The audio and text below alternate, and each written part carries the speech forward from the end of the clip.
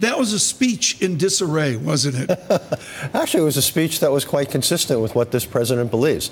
This was a full-throated articulation of America first. Not just that, he basically told other leaders, you should have Spain first, Mexico first, Russia first, China first.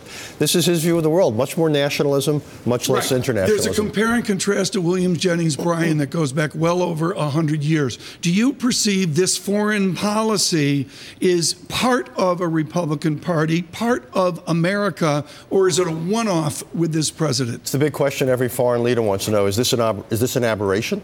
Or is this going to be the new normal? My hunch is it's an extreme version.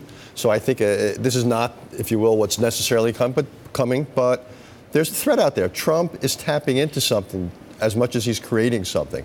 So there is intervention fatigue. There is some resentment. There is some protectionism. But he's putting it on steroids. All right. Does it actually kind of bring home the fact that the world is really split on how to deal with Iran? Oh, absolutely. The United States is, along with maybe Saudi Arabia and Israel, is on one side, and you've got the Europeans and the others on the other.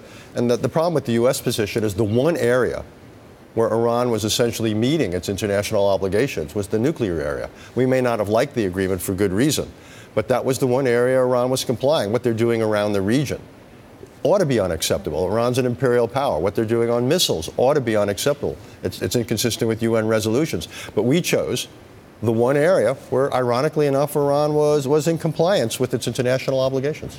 Richard Haass, could the rest of the world actually be global and be multilateralist without the U.S.? It's interesting. Over the last few days, we've had all sorts of leaders come through the Council on Foreign Relations, including Prime Minister Trudeau of Canada.